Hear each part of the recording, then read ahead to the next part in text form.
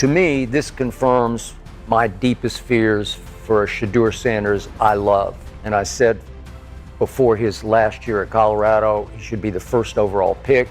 And it was the most shameful draft development I've seen in all my time covering National Football League drafts, that he fell to the 5th round. At which point I believe Jimmy Haslam, who does run the Browns and is sort of a Jerry Jones wannabe, I believe he was the one who jumped in and said, take him.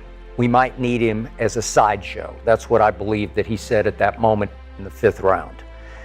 The Browns have managed to turn a quarterback battle into a full-blown media civil war, and Shedeur Sanders is right in the middle of it. One camp says the rookie deserves a real shot because he has the talent, the confidence, and the backing of enough teammates and analysts to force the issue. The other camp says Cleveland should lean on Deshaun Watson's experience and stop pretending the young guy has already earned the job. That split is exactly why every Shedeur update blows up, and why the conversation around the Browns has become louder than the actual football. Reuters reported just days ago that Watson had emerged ahead of Sanders after the first minicamp session, but Todd Monken still had not officially named a starter, and said the hierarchy could become clearer after the final June minicamp. To prove him ultimately right so he can say, see, I told you he could do this.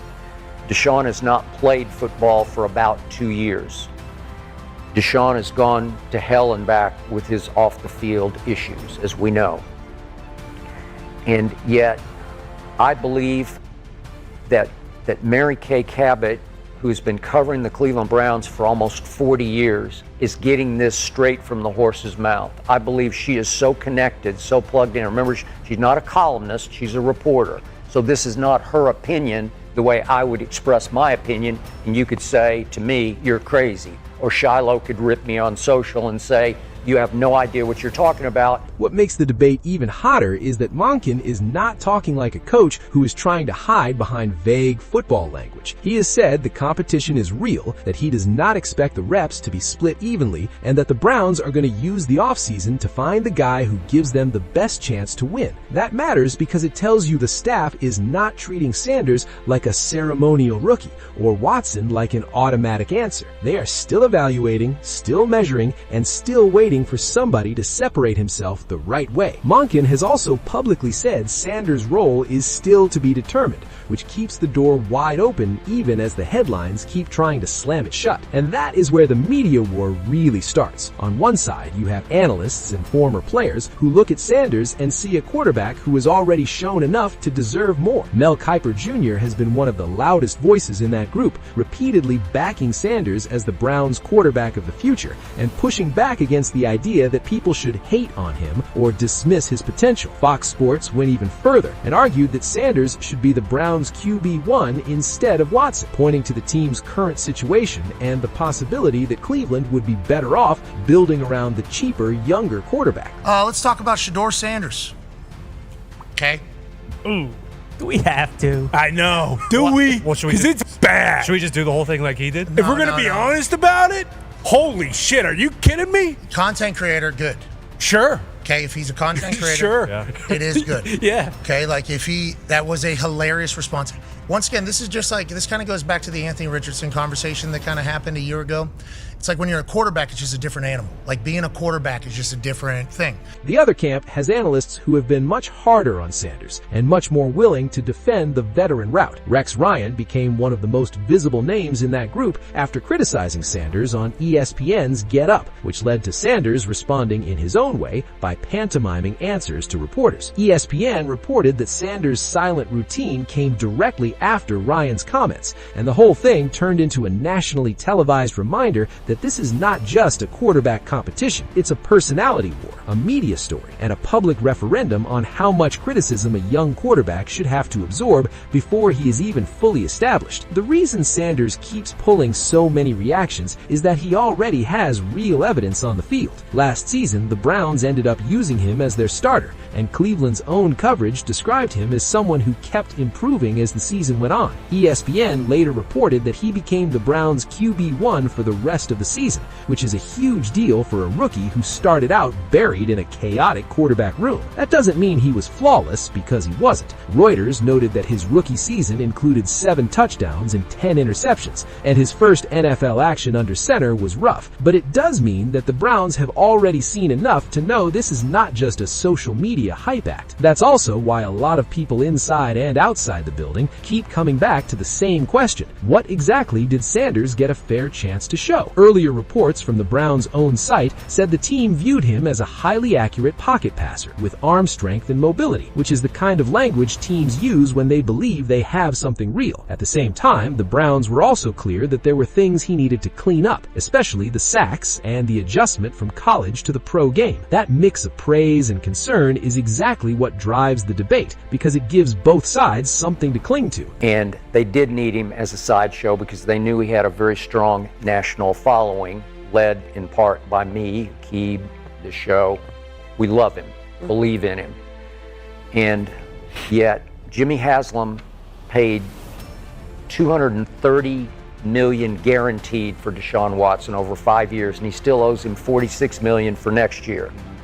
So Jimmy Haslam, his pride is now on the line, and I believe that Jimmy Haslam badly wants Deshaun Watson to be the starting quarterback and a successful starting quarterback next year. Then there's the part that really gets fans talking, the feeling that the media never gave Sanders an even playing field. In the source material, that idea is framed as a season-long pattern of negativity, and while some of the harsher allegations floating around online go beyond what can be verified, the broader point is easy to understand. Sanders has been criticized from the moment he entered the league. He answered some of that noise with confidence, including a moment where he told reporters he was ready to play right now and knew he could do better than what he was seeing around the league. ESPN documented that reaction and tied it to the broader criticism he had just taken from Rex Ryan. So when fans say the media is divided on Shedeur, they're not imagining it. The split has been public for months. What gives the pro-Shedeur camp even more ammo is the praise he keeps getting from people inside football. Browns veteran Malik Collins said he likes the swagger Sanders brings, and that kind of comment matters because it's not coming from a talking head. It's coming from a teammate who has to live in the same locker room, hear the same meetings, and see the same work ethic every day. Collins said both Sanders and Watson still have a lot to prove,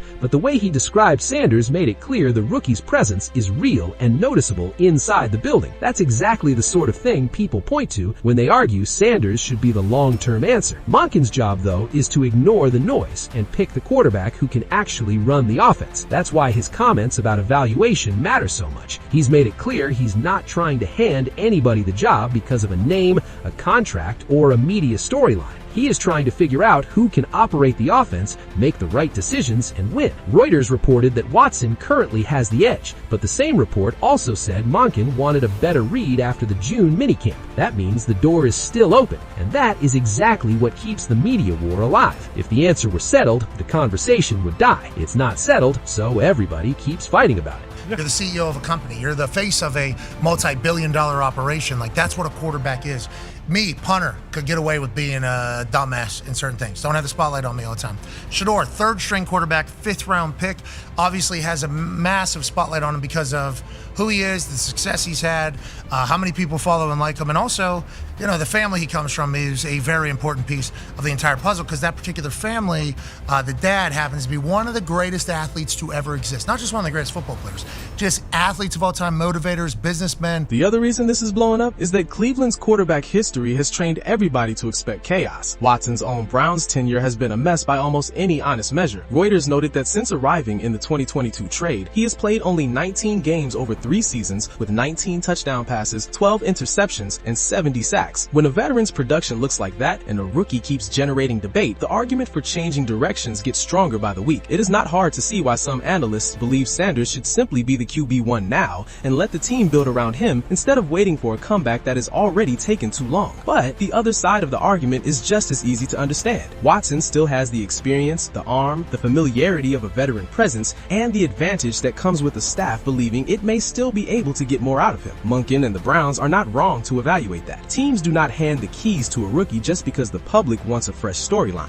They hand the keys to the guy who can execute. That is why this whole fight is so combustible. Both sides have a defensible case. case, and both sides know the Browns have to pick one eventually. That tension has also made every comment, every practice clip, and every media appearance feel loaded. When Sanders responds to criticism, fans hear defiance. When Monken says the job is still open, fans hear delay. When Watson gets called the leader in the room, Sanders supporters hear disrespect. That is the kind of atmosphere that turns a normal minicamp storyline into a national shouting match. Even the way the Browns describe Sanders has become part of the debate, because praise like highly accurate pocket passer or elite arm talent sounds great, but it also creates the expectation that he should be given the chance to prove it in the biggest role. Todd Monken's in there. That's great. Deshaun Watson is the QB1 coming out of voluntary minicamp. Mary Kay Cabot is Mary Kay. She has corrected us to our face. Cabot. Yeah, I also. Mary Kay Cabot. I'm so sorry, Mary Kay. You've been serving Cleveland Brown football goods for so long. Yeah. So we are very apologetic of potentially pronouncing your name wrong. Mary Kay from Cleveland is saying Deshaun Watson is starter in the NFL in 2026, basically coming out of voluntary minicamp. Wow. Tannenbaum, your thoughts on somebody not playing NFL football for as long as he will have played a couple games, then he got hurt again. How do you feel about what's brewing over there in Cleveland? And I see the head shaking back and forth. Does that mean you're mind blown that this is potentially happening? Yeah.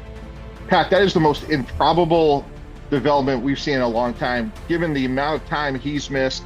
And you talk to quarterbacks that have torn an Achilles, it is a skill diminishing injury. He's done it twice.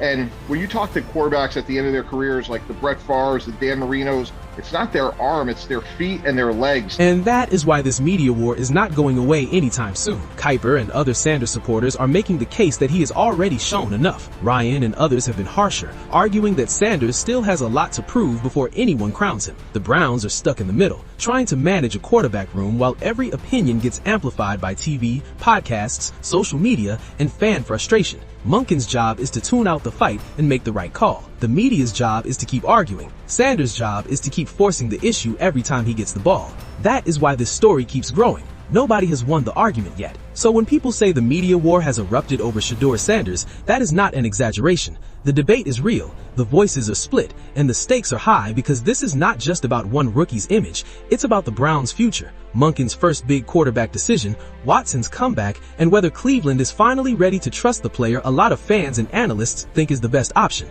The next minicamp sessions may not settle everything, but they will at least make the argument harder to ignore. And for a story like this, that is usually where the real explosion starts. But what do you think about this drama? Let me know in the comments below.